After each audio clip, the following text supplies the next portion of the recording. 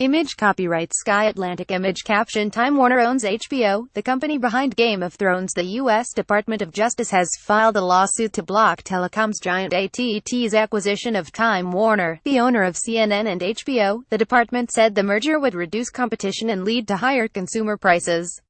AT&T vowed to fight the move, calling it a radical departure from U.S. competition practice. U.S. President Donald Trump objected to the deal during his campaign last year, fueling the controversy. AT&T Chief Executive Randall Stephenson said he thought the acquisition had been on a good path until recently.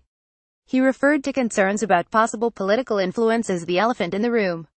President Trump is a vocal critic of CNN, which is owned by Time Warner.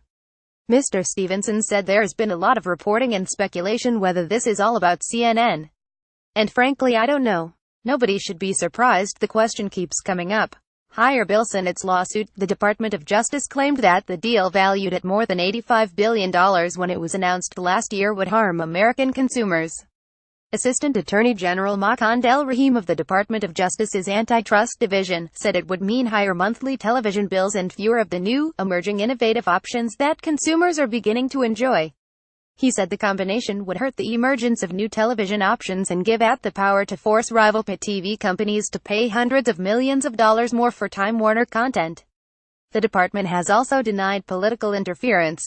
The decision to take legal action sets up a high-profile fight over U.S. antitrust law, which has rarely been tested in cases involving companies that do not directly compete.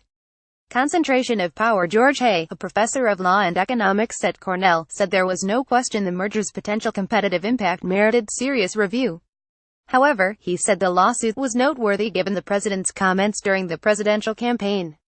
There would be nothing unusual if you didn't have all of this political background, he said.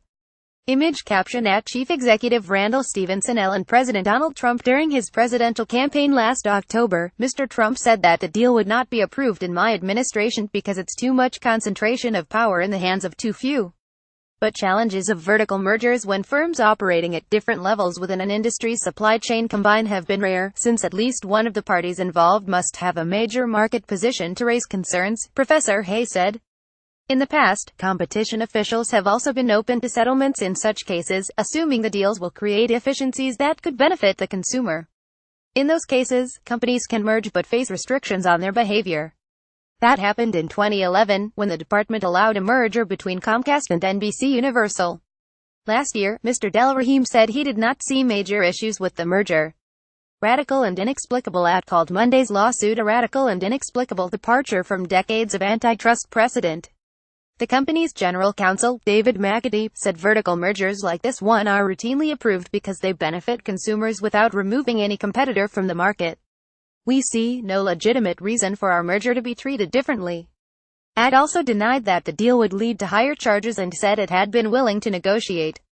Previously, U.S. media reported that the Department of Justice was pushing AT&T to sell some of its assets as a condition for approval. The options included Turner Broadcasting or its satellite network. Mr. Stephenson has said he is unwilling to sell CNN, which is part of Turner. Professor Hay said it was not clear how the case would fare in court and it could still get resolved with a settlement. He said it was surprising that the challenge was coming under a Republican administration, since Republicans and their appointees have historically been more business-friendly. But he was skeptical the decision to bring the case would turn out to be entirely political, given how much Department of Justice staff prize their independence. If it were, he said, it would harm the department's case.